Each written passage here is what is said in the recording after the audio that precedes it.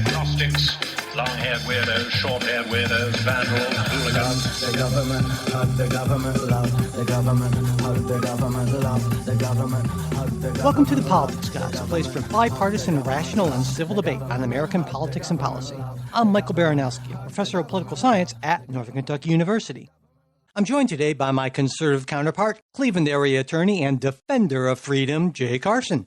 Hey, good morning, Mike. Hey, Jay, how are you doing this morning? I'm doing great. That is good to hear. I am doing just fine myself. And, you know, before we get going, I'd like to give a special thanks to Sean, Dustin, Jack, Andra, Derek, Dan, Greg, Heather, Bernie, and Vinny for helping us out with contributions to our new podcast audio mixer. Last week I said if we could get it fully funded, I would make sure that we at least doubled the number of midweek interviews we did compared to last year. And I'm really happy to say that we met that funding goal, and we will most definitely bring you at least double the number of interviews and maybe potentially some other midweek and other extra episode kind of things that we had last year. So thank you all so much. We really do appreciate it. All right, so today we are going to be talking about, well, of course, Russia and Ukraine, a few stories about the Federal Reserve, interest rates, and nominations that didn't happen or were withdrawn, the possibility of a COVID surge and what we're doing or not doing to take care of that. Daylight savings time, will it be permanent? Well, if Ted Cruz has his way, it will be. And Joe Biden and the Ninth Amendment. Yes, a Ninth Amendment story. It could be a first for the politics guys. Anyway, we have all that coming up, and we will get started with it in just a second. Okay, Jay, so, you know, Russia's invasion of Ukraine is now past the 3-week mark, and Russian forces have yet to meet their main objectives. And, you know, what even a week ago looked to be kind of a slow but seemingly inevitable fall of Kiev might not be so inevitable after all. In fact, there are some analysts suggesting that Ukrainian forces could potentially be able to fight the Russians to something that looks like a standstill even. And, you know, and if that happens, it'll be in no small part due to the efforts of the United States and other Western countries to provide Ukraine with a lot of badly needed equipment. And this week, following an impassioned address to Congress by Ukrainian President Zelensky, President Biden announced that the United States would send $800 million in military assistance to Ukraine as part of that $14 billion recently approved in the fiscal year 2022 budget. The equipment provided will include 800 Stinger anti-aircraft missiles, 9,000 anti-tank weapons, and 100 drones. In making the announcement, Biden referred to Putin as a war criminal amid multiple confirmed reports of Russian bombing of civilian non-combatant targets in Ukraine. And while that's certainly significant, the amount of support that was pledged by Biden, it falls short of Zelensky's request, which included more longer-range anti-aircraft systems and a no-fly zone over Ukraine. Also, the House of Representatives this week overwhelmingly approved revocation of Russia's most favored nation trade status by a vote of a vote of 424 to 8, and all 8 of the no votes came from Republicans, a group that included I guess I'll call them the inflammatory trio of Boebert, Gates, and Green, as well as Thomas Massie, who rarely passes up an opportunity to be on the no side of a lopsided vote. Massie's also happens to be the representative of the Kentucky district in which I work, as well as he's been a past guest on the podcast, and he was really an interesting guest, I think. But anyway, the measure is expected to quickly pass in the Senate. Now, as international economic ostracization takes its toll on Russia, the rhetoric from dictator Putin has grown more and more aggressive.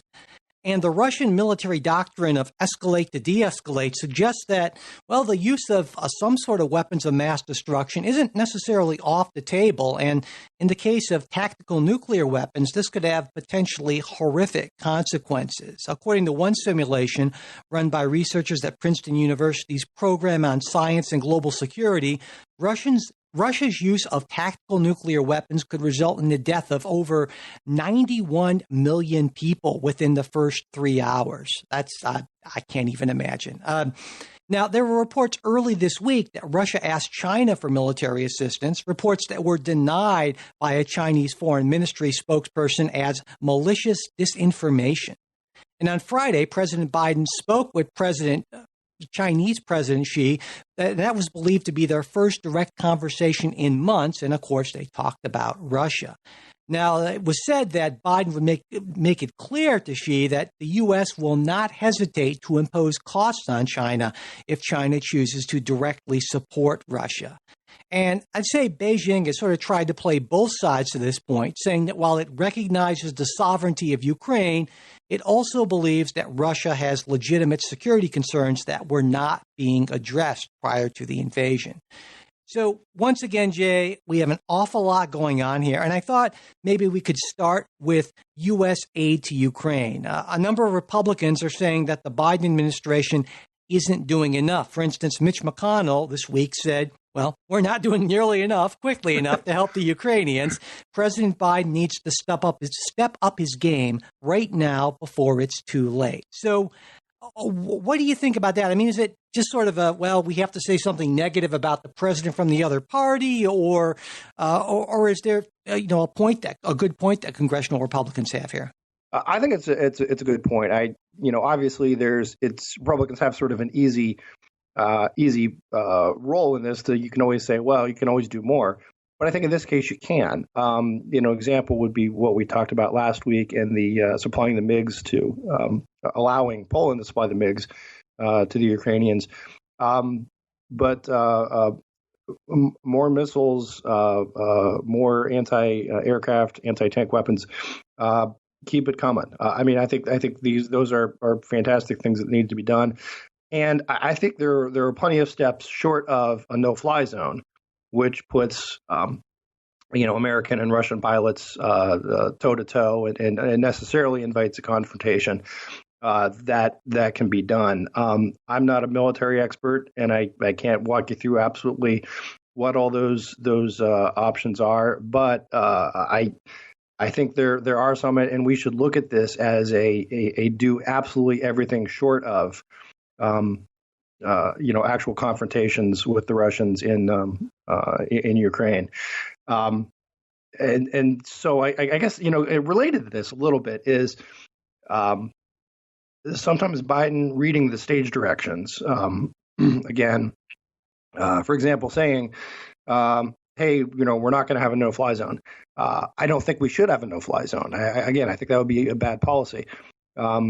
But I think it's also bad to go ahead and say that. Let's let the Russians worry about what we're going to do, and not say, don't worry, Vlad, we won't do this. Don't worry, Vlad, we won't do that, and not make clear where these lines are. We've said things about obviously if 1 inch of NATO soil is attacked, we will respond. I think that's good. As far as it goes, but I am, I guess again, Mike, old Cold Warrior kind of thing here. I'm all for whatever we can do, short of actually engaging Russian troops. We need to do it. And, the tendency, of course, is to focus on what we're not doing and what we could do better, and certainly. But I wanted to, for a point of clarification, because I can hear a lot of folks saying, well, geez, this is Jay, the Republican talking points. Biden is horrible and awful, a senile old man who's not doing anything right. And my sense is I didn't say that. I'm projecting. And so it sounds to me like, for the last couple of weeks, in fact, based on that, what your position seems to be that, what the Biden administration response hasn't been that bad, but it could be better. Right. I would say the Biden response is, I'd say, a solid B+. Yeah. And of course, that's plus, maybe even an A-. That's not the sort of thing that congressional Republicans are going to say, because that's just not the sort of thing you say when you're the opposition party. So, you know what, the other guy, he's doing a pretty good job, but it could be a little bit better. That's not really the sort of thing you do in politics. But since you are not running for anything, you can actually say that. I wanted to make that clear. But I wanted to get to that point we talked about this last week a little bit, about Biden saying what he will not do, reading the stage directions. You say, I had a student who came up to me after a class this week and said, Biden's too predictable. That he said, Putin didn't do this under Trump because Trump was really unpredictable and Putin didn't know how we'd react. And, I thought that was an interesting point. Oh, I think that's exactly right. And so, but I think maybe it's worthwhile considering the relative merits and risks of unpredictability here. And certainly, I think you're right that it's possible that you can basically give Putin the sense that, well, he has a blank check as long as he stays outside of NATO territory, right? So, the other possibility is to go the other way on it and to say, we have no plans to commit troops or directly intervene at this time. But if Russia employs, weapons of mass destruction or mass terror attacks, we may reconsider that position. Is that the sort of statement that you think would be like a better thing, or just say nothing, or what do you think? I would be in the say nothing camp. And maximum unpredictability. Again, I hesitate because you feel there's a trap in terms of saying, well, we won't do this, we won't do that, or the alternative saying we're going to draw these red lines, and then Putin calls your bluff and crosses the red line. At which point, if you don't follow through, then you've got a big, even a bigger problem. So I like the idea of the strategic ambiguity, that we speak very seldom on what we're actually going to do, and rather speak through our actions.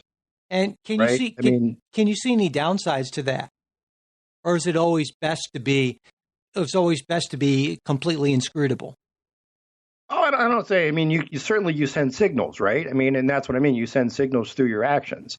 You arm the Ukrainians heavily. You make the statements regarding how this is an atrocity and human rights, and I think Putin's right to even call him a war criminal. We can talk about that in a minute. Or Biden's right to call Putin a war criminal.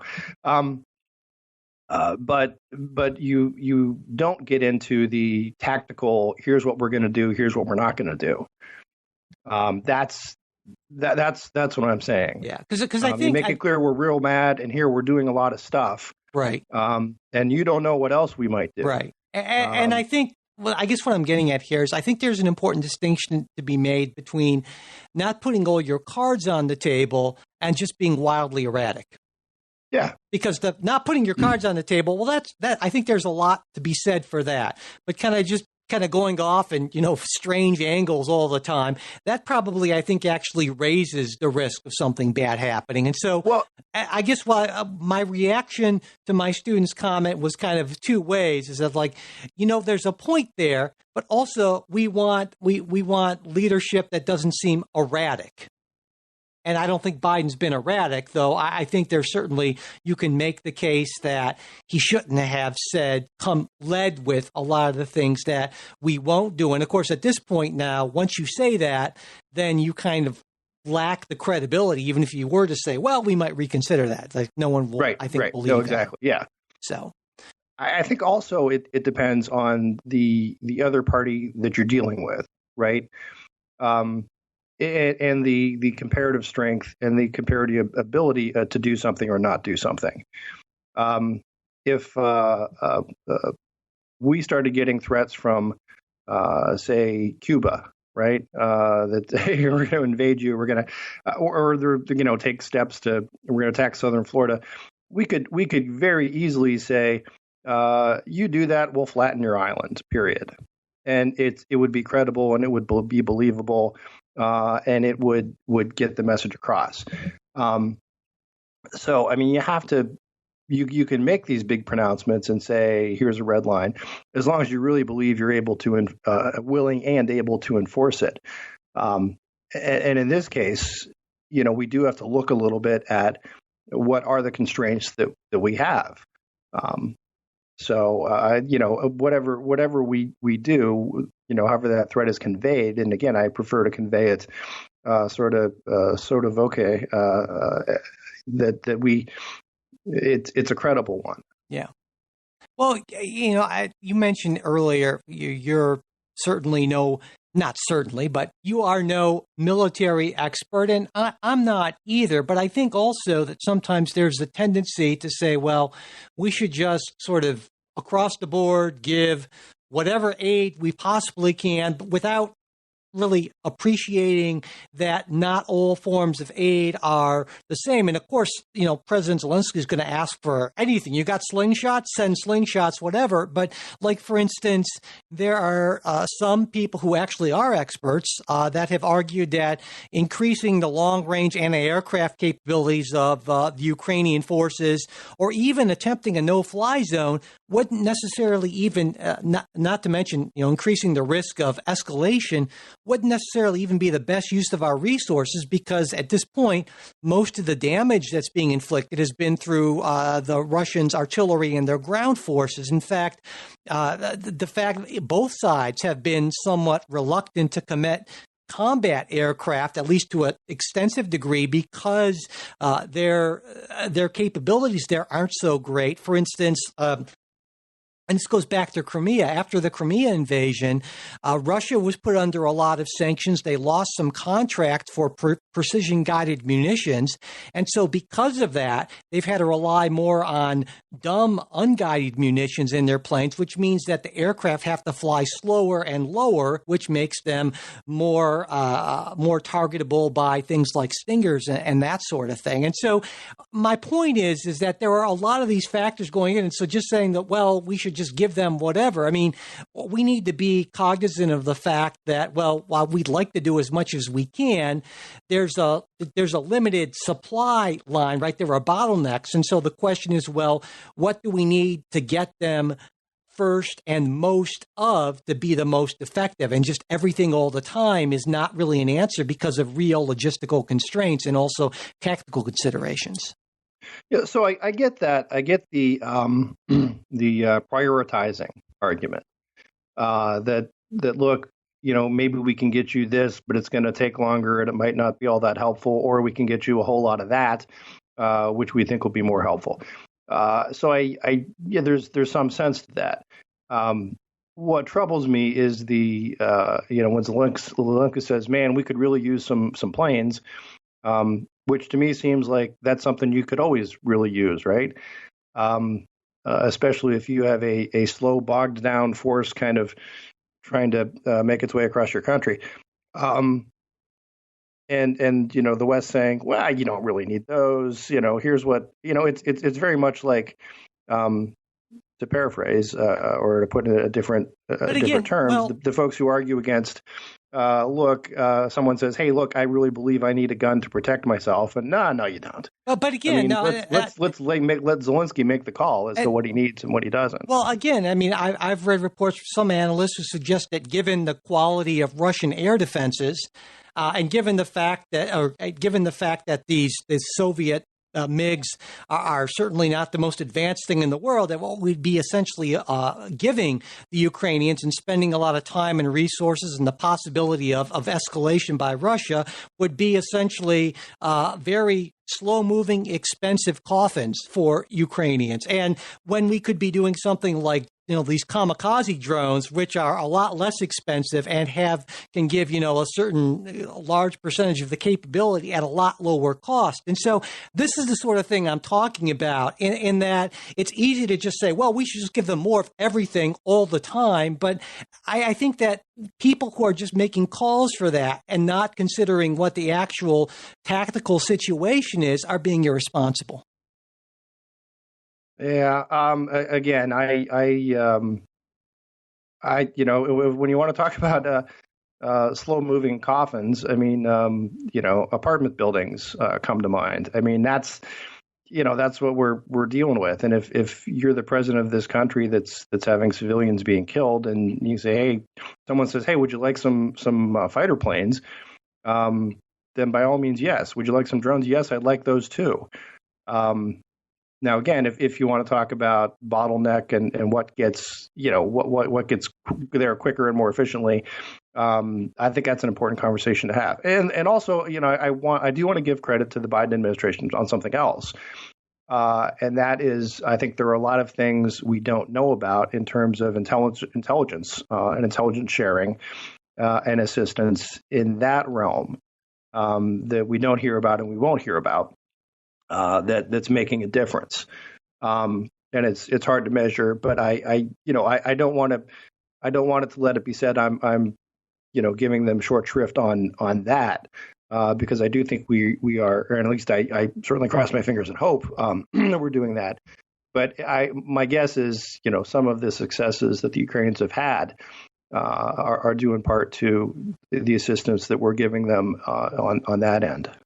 You mentioned, well, one of the things we mentioned that we wanted to get into is Putin, the war criminal thing, and you mentioned it. You wanted to talk about that as well. So what do you think about that? I mean, well, two things, I guess, really. Number one, is Putin a war criminal? And number two, even if he is, was it the right thing or a smart thing for Biden to say? So, again, I'm going to, sort of buck what a lot of people might say as far as I think it is. I mean, what else do you call that? Right? I mean, what else do you call intentionally targeting civilians in what is an unprovoked war? Yeah, I think that's the only word for it. And I think the West needs, and to a large extent has exhibited and gotten to this moral clarity. That this was back in the day. Ronald Reagan called the Soviet Union an evil empire, and everybody kind of chuckled at him. Oh, Ron, how unnuanced, how silly black and white, and this is the kind of talk that we don't need. But yeah, I think we do, and I think I get the idea that by calling Putin a war criminal, you are removing a potential off ramp. Right. That's what I wanted to talk about. Yeah. But I don't think Putin wants or would take an off ramp at this point. And I think what else do you say? What else do you call it? I mean, I think that's, to me, it's a big sort of moral clarity kind of moment. So you don't. Speaking of off ramps, then you don't see. Because some people are saying, well, there's maybe the possibility of a negotiated peace at this point, given the fact that Russia seems to be, is struggling so mightily, and they're, facing significant casualties, loss of manpower and equipment, and the sanctions are, it's now more of a question of what companies are remaining in Russia as opposed to which are out. And some would say, well, something along the lines of Ukraine agreeing not to seek NATO membership, limiting the size of their military, maybe acknowledging Russian essentially ownership of the Crimea area and possibly the Donbas region, which, after all, strongly pro-Russian. Russian's like the native language of something like 75% of the population there. And that's sort of at least the framework for some sort of a halt to these hostilities, which Putin can then take back to his population and say, hey, listen, this is all we wanted in the first place. We're good to go. What do you think about something like that? I think that's up to the Ukrainians to negotiate and what they can live with, what they can't live with. But I don't know that Biden calling him a war criminal, or our State Department essentially calling him a war criminal, makes any difference to that kind of solution. Sure.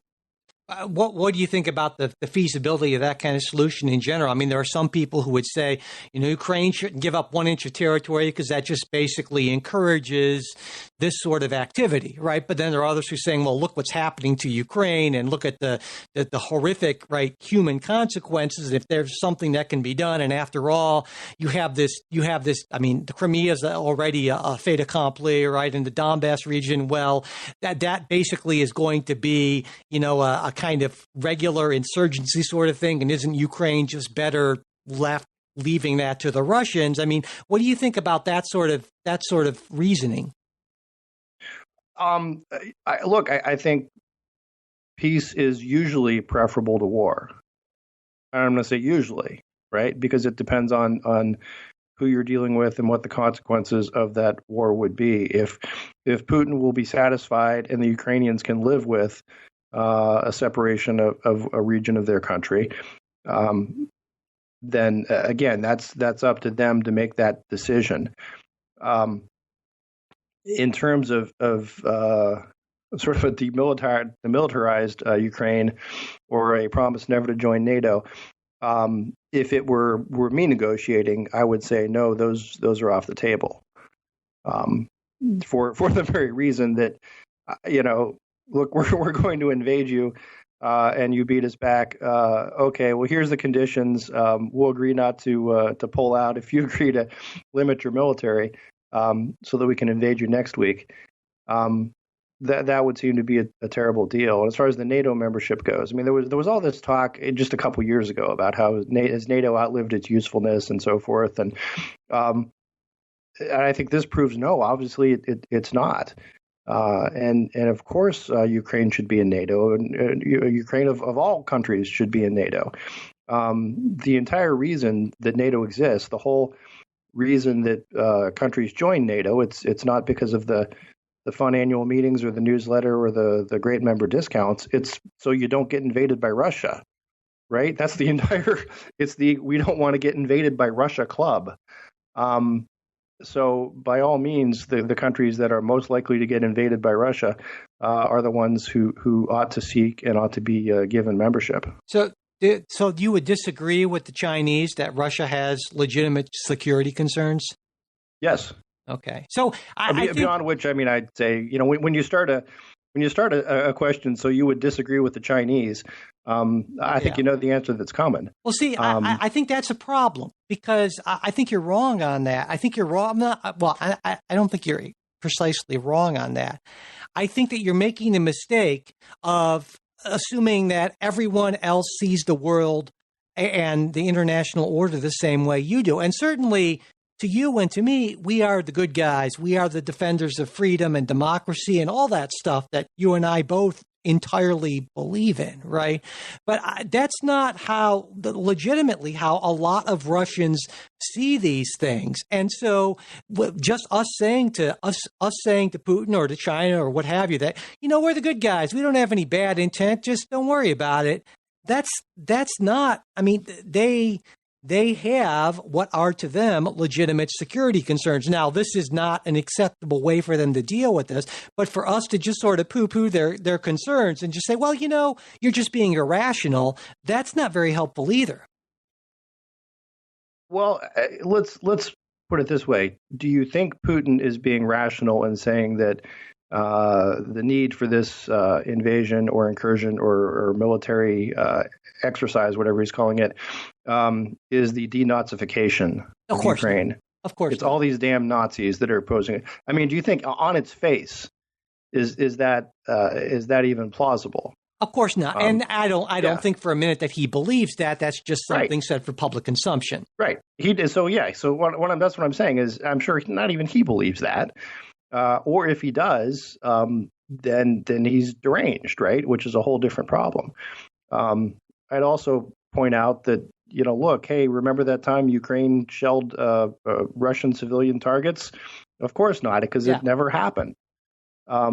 I guess the point I'm trying to make here is that as Americans in the global superpower still, right, by far the largest, most powerful military in the world for the long time, certainly much longer than you and I have both been alive, and separated by two oceans from all of this, never having really faced any kind of significant, invasion threat. The last one, 1812, right? I mean, so I think it puts us in a very different mental space.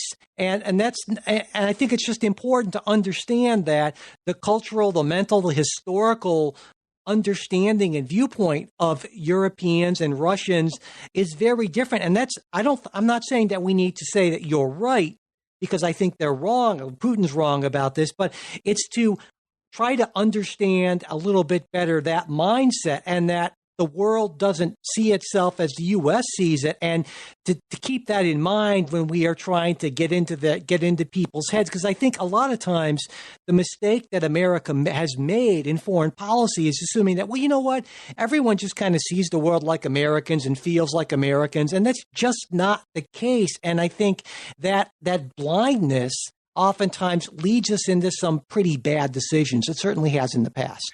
So I'm going to agree with you, like on to a certain extent, because I think in a lot of ways we're sort of on the same page, maybe, but we're thinking and talking to. So the idea that we, for the purposes of diplomacy, for the purposes of strategic planning, that we ought to put ourselves in the Russian shoes and see the world through their eyes, I think that's an absolutely valid point, right? We need to understand where they're coming from, how they're thinking, how they're really thinking. And what's important to them, and so forth. For strategic reasons, for diplomatic reasons, I think that's good because it helps us deal with them, either militarily or diplomatically. But there's something different to say from saying, I see where they're coming from, therefore we ought to adopt a solution that comports with that worldview. Sure. Yeah. Because, I mean, you could say there are people out there and you really need to see where they're coming from, but they could be batshit crazy. Yeah. And you don't want to say. Yeah, no, you're right. Look, yeah. I wouldn't, I mean, we can't, the people of Ukraine say, listen, here's the deal. Look, the Russians are really insecure about this border. They're really, skittish. They have real hurt feelings. So here's the deal. We'd like you to live as under, the Putin regime as slaves to Putin. No. Because that's their feelings, right? I mean, I think we can't say that. At some point, you have to say, all right, we can base our negotiations on this is where you're coming from, but not buy into that worldview. Yeah, no, it sounds like there's really no distance between us on that. So, okay. One other thing I wanted to get into is the WTO most favored nation status sort of thing. How do you feel? Are you with the 420 something, or are you with the 8 on that? I'm with the 420. There you go. That's the way to be. As I said before, it's sort of when I read that headline that we're revoking Russia's most favored, I was like, what the hell? Why wasn't this done, again, months ago? Now, of course, at this point, given all the sanctions, this doesn't have any, really... Right. It's more symbolic because we've already shut off everything else. Exactly. I get that. Exactly. But yeah, I kind of thought you'd be on the side of the 420, something like that. And it seems like, looking at, kind of looking forward, this week the Atlantic Council released a report saying that they assess that Russia will settle into a war of attrition, try to starve Ukraine, literally, actually, try to prompt famine because, of course, Ukrainian farmers are not going to be able to take care of the harvest. They've done that before, yeah. So the war crimes, I think, are just going to continue. And Russia, I think I would agree with the Atlantic Council here that they're going to keep this up for as long as they think it's going to improve their negotiating position in any sort of a final disposition. So even if they recognize that they can't essentially take over Ukraine, this is going to go on for quite a bit longer, and there are going to be an awful lot more people hurt and killed because of this. Well, there are other things to think about. This is not the first time Russians have tried to shut off places and starve them out. Sure. And we had, a lot of success in the Berlin airlift. We had success, again, getting humanitarian aid to the Russian or to the places occupied by the Russians. And look, if we're to the point of we need the UN to do something, which, of course, the UN does absolutely nothing.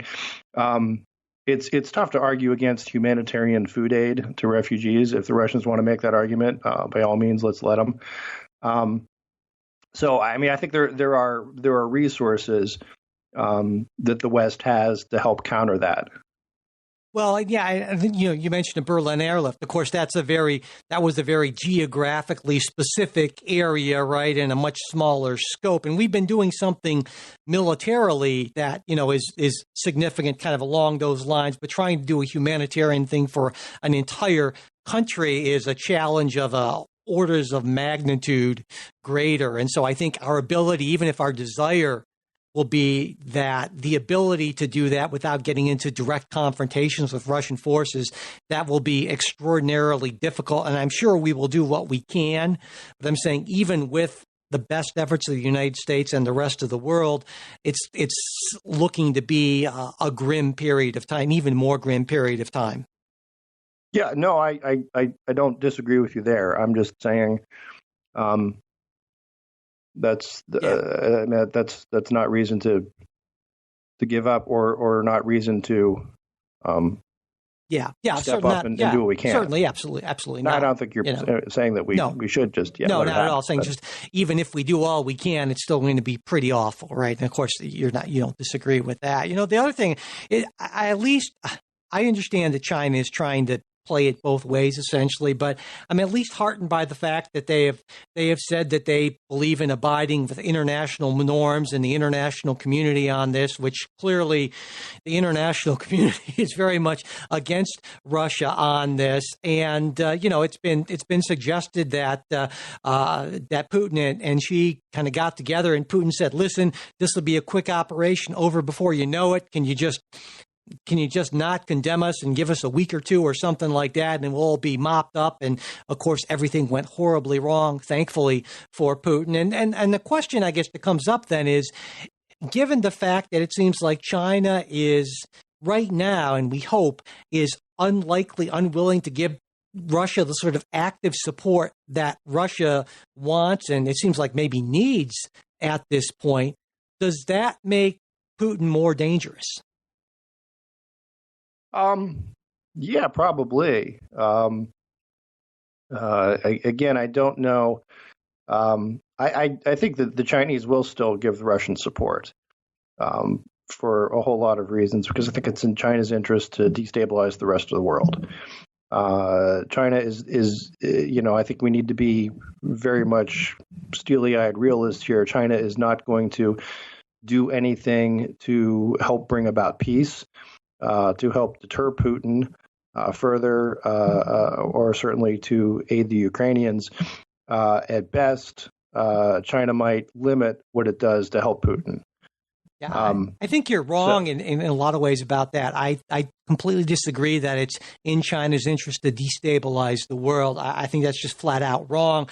China has an export-based economy, the second largest economy in the world, and this extent of economic instability is bad for China as well, because it's bad for the world. Now, if you want to make the argument that China would like to become a hegemonic power, that's a different argument. But the idea that instability, as opposed to kind of challenging America's position in the world, well, that's a different thing. So I would disagree with you on that. Though, again, I certainly know that there are, you would agree that Russia and China have those kind of authoritarian ties, but I also would argue that they're very different type of authoritarian governments. And so while they do have common cause on some things, I think that China is looking at this in part as an opportunity to step up as a global leader. And given the fact that the entire world, except for, China, a few countries, is against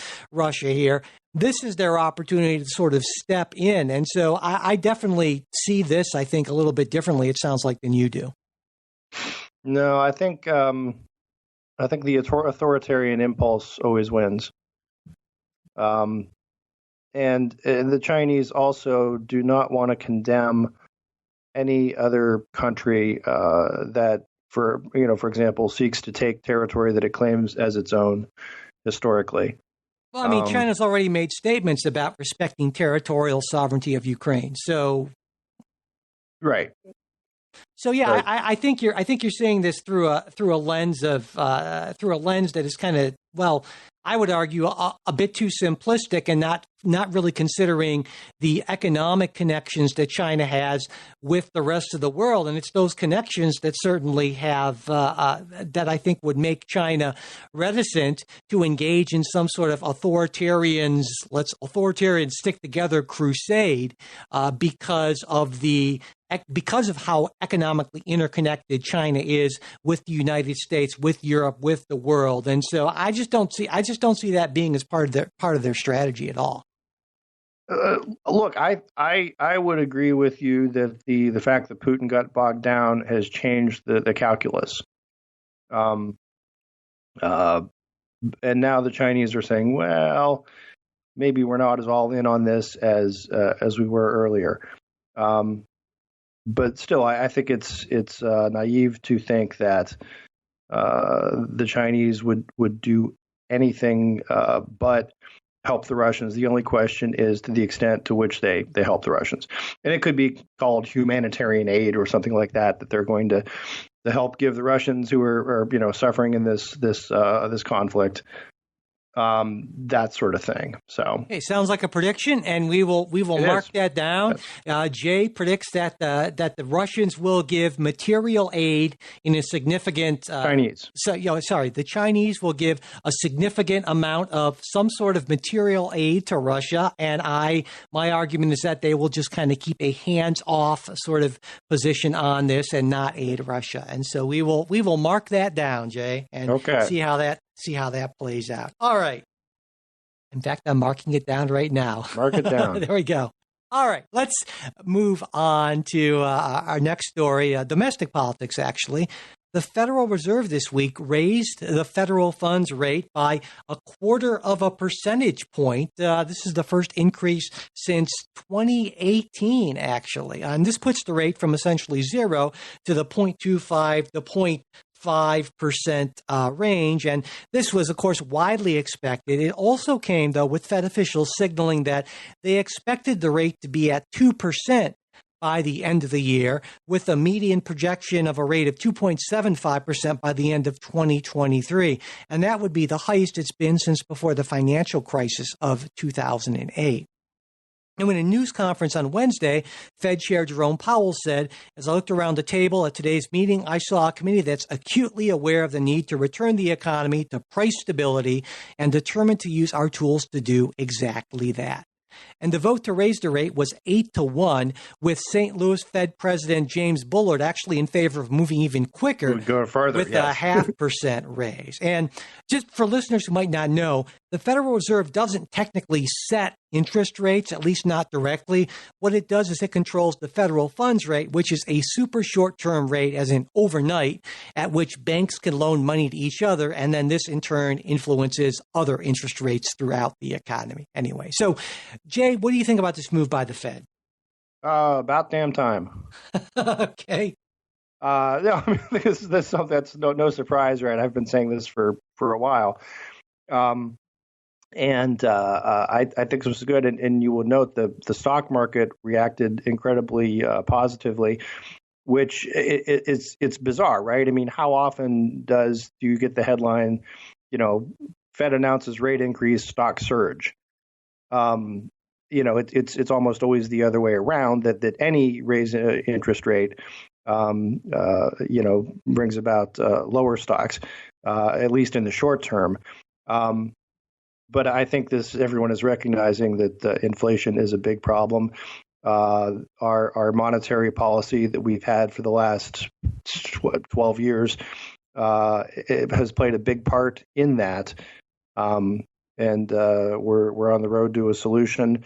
I'm not a one of these Harvard-trained economists who can tell you whether this percentage raise would have been better a little bit more, a little bit less. The idea, obviously, is you tap the brakes, not slam them on.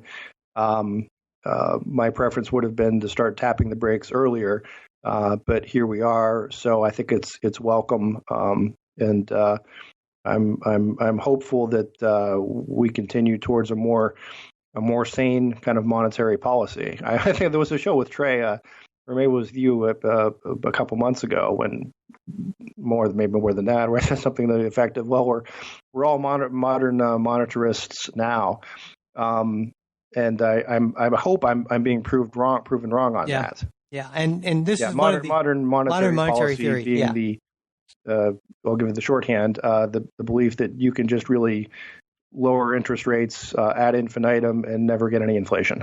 Yeah. Well, a little more. Yeah, I won't get into. That's the simplistic version. I won't get into that simplistic version, which I think is wrong on a lot of points, but that's another conversation because I won't get into that, especially because up until that point, I agreed with you essentially like 97%. So I think we'll. So we're just differing on the how modern monetary policy should be defined? How modern monetary theory. Yeah, I think definitely I would define it. I don't agree with it, but I am less sort of overtly hostile to it. Than, how would you define it? Just so we. I would define it as well. I would not hazard a definition because I think the danger of taking something that is a broad-based theory and putting it into something you could fit on a bumper sticker is in itself inherently problematic. Well, okay, let's put it this way. Could we agree that one of the hallmarks of modern monetary theory is that low interest rates are less, I guess, less inflationary than old monetary policy would have held? I don't know. There is very much a preference for a belief in you can have a whole lot of free money. Well, okay. Now that at that point, free money, yes. I think generally speaking, you could say that a key part of MMT is the idea that deficits, in certain instances for large enough economies, deficits don't really matter nearly as much as traditional economics would suggest. So yes, and that's connected to interest rates and that's connected to inflation and other things. But at that point, it gets pretty complex. And while again, that's what I'm saying, just for the shorthand. Yeah. Though, right. And so while I reject the policy sort of in general, I also don't want to mischaracterize it. But yeah. So there we go. Anyway, yes, so no offense, modern monetary theory. No. Okay. Anyway, so there's other Fed news as well, because this week, President Biden withdrew the nomination of Sarah Bloom Raskin to serve as the Fed's vice chair for supervision. And this is basically the Federal Reserve's top bank regulator. Now, in a statement released by the president, he cited baseless attacks from industry and conservative interest groups as the reason for the nomination being withdrawn. And in addition to this nomination, President Biden has made 3 other nominations to the Federal Reserve's 7-member board of governors, as well as the renomination of Powell to be the chair, all of which have been held up because they were advanced as a group along with Raskin.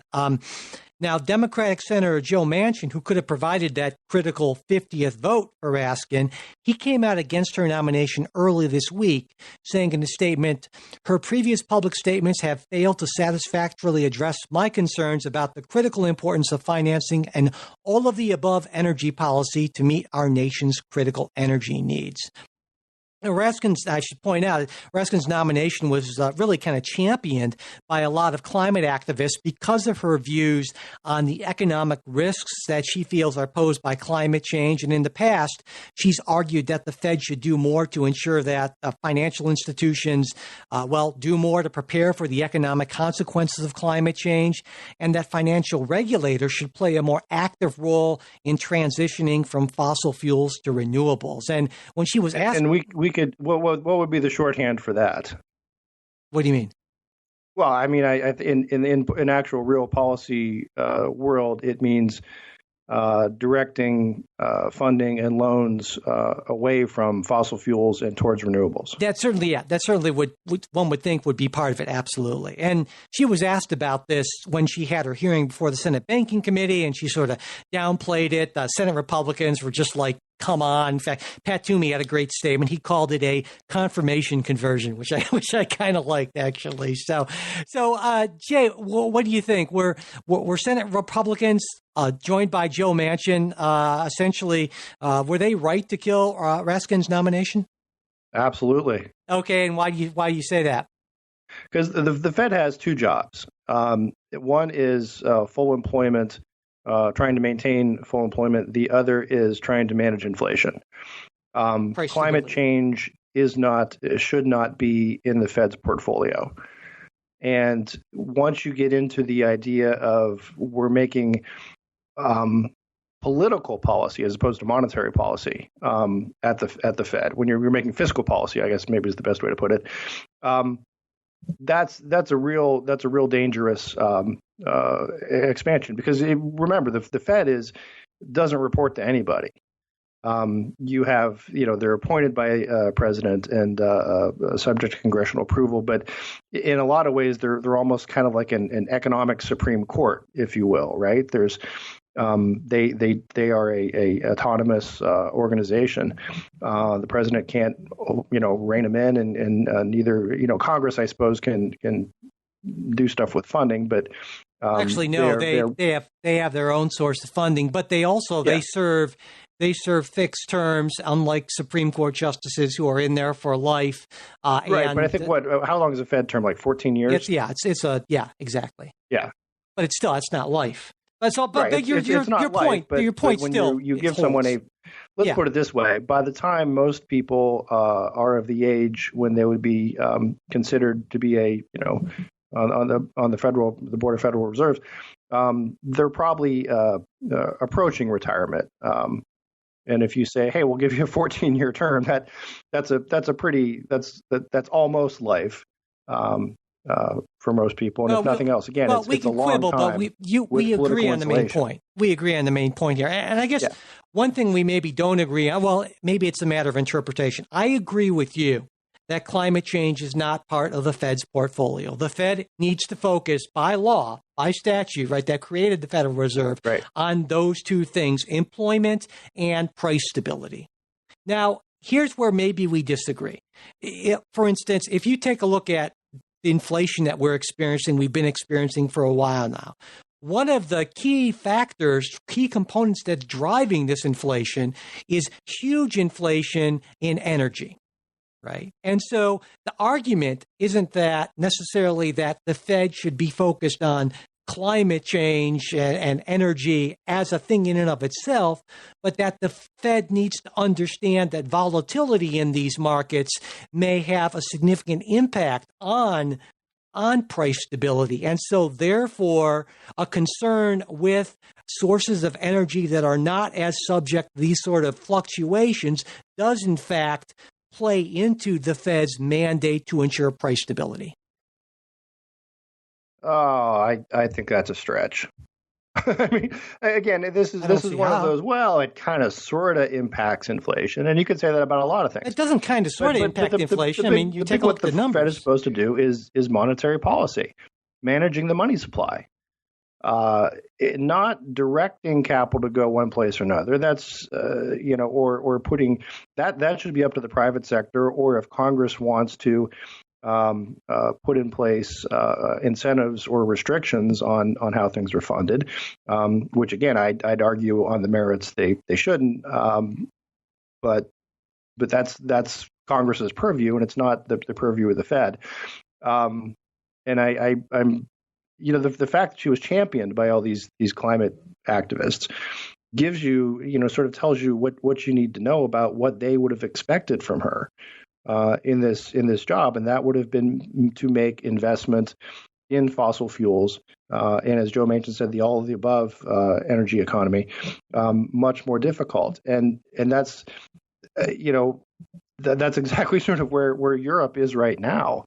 That they didn't have those other investments, and now they are in large part being held hostage by the Russians. So again, it seems to me this is something that is none of the Fed's business. One of the biggest things that conservatives always argue against, and I think ought to be, and quite rightfully so, argue against, is mission creep by all these various bureaucracies. That you start with, okay, here's what we do, and then and it's almost, if you've ever been involved in these kind of organizations, that's precisely what they do. Is like, here's your statutory mission, and the very first thing that they set out to do is like, okay, what else can we do?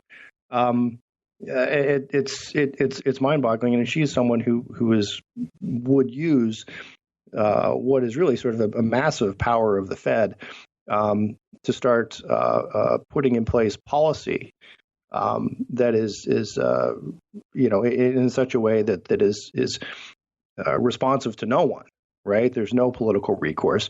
I think that's a big problem, not just economically, but also for constitutional government. Yeah, and I should say that while I while I disagree with you to a certain extent, I do take your point, and I certainly think it's a reasonable point to make about mission creep and so forth. And the fact that Raskin was not just nominated to be any old Fed board member, there are only 7, like they're any old, it's like a random kind of thing, but that she was nominated to be the vice chair for supervision, which again is bank regulation. Yeah, she would have, it would be regulating, and we should have maybe led with that. But yeah, it's not simply she would regulate the way and manner in which banks can lend, and typically that's done through a monetary lens, right? Making sure that everybody's got the reserves to cover transfers and so forth. But through a policy lens. But that said, it's not like she would have vast powers to decree this and that. But still, even so, I take your point, and I understand and respect your point, even if I don't entirely agree with your point on that. So at least. Well, and let me throw one last thing out. It's not just as, hey, she's an economist who drives a Prius. Right. Look, hey, something, global warming, something I'm worried about. Climate change is something I'm worried about. She has specifically said she wants to use the power of the Fed to enact these policy things. So it's, and the difference is that she has a much more expansive view of what's within the Fed's legal authority than, say, you would.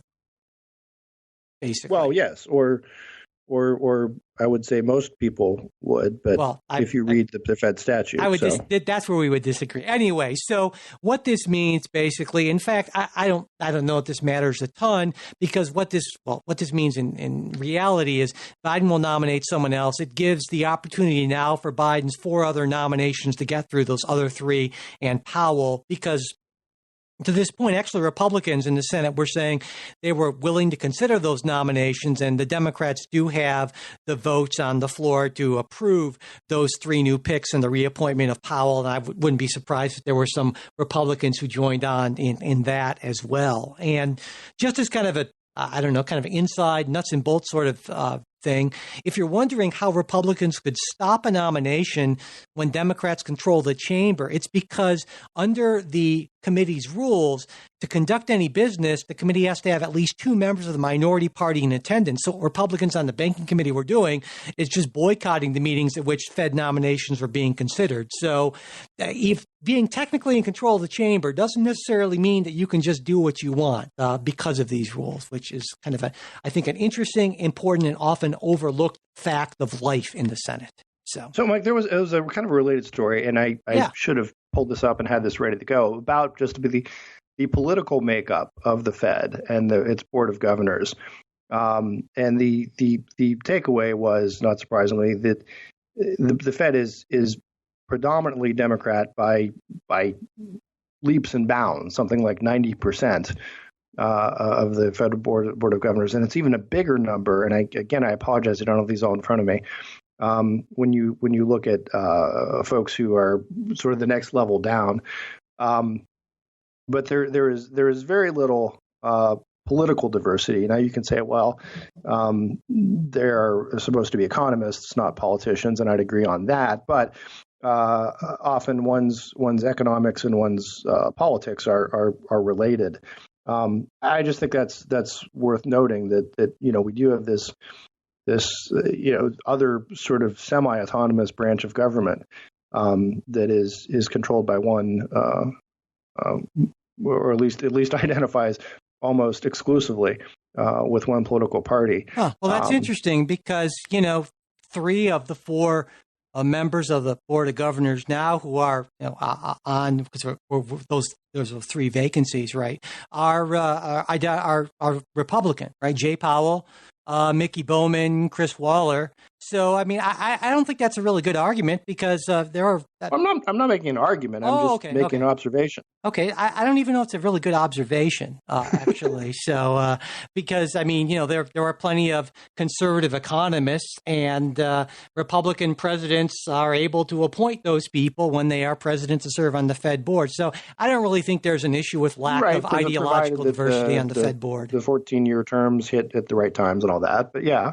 Yeah. So I think that's a non-argument. But anyway, so we are at the point now where if you are a Politics Guys supporter, the rest of the episode is coming right up. We are going to be talking about the potential for a COVID surge and what, if anything, the federal government should be doing about it. The daylight savings time, make it permanent measure that passed the Senate unanimously or through unanimous consent, slightly different thing. And our long-awaited, at least by me, discussion of Joe Biden and the Ninth Amendment, the Forgotten Amendment, maybe even some listener questions. A lot of stuff coming up. If you're not a supporter, just a quick reminder, full episodes, which are ad-free, run around 2 hours, are available to our Patreon supporters, as well as to anyone who is in a position to financially support the podcast. To become a Patreon supporter, just go to patreon.com/politicsguys. You can also support us at Venmo or at politicsguys, as well as through PayPal. All those links are always in our show notes, and at politicsguys.com/support. And if you are not in a position to financially support the show, but you want to get the full episodes, send me an email, mike@politicsguys.com, and I will be happy to get you all set up. And whether you're a supporter or not, it really helps us out if you could subscribe to the podcast, rate the show, and leave a review on whatever podcast app you use, as well as sharing episodes on social media. Thanks so much.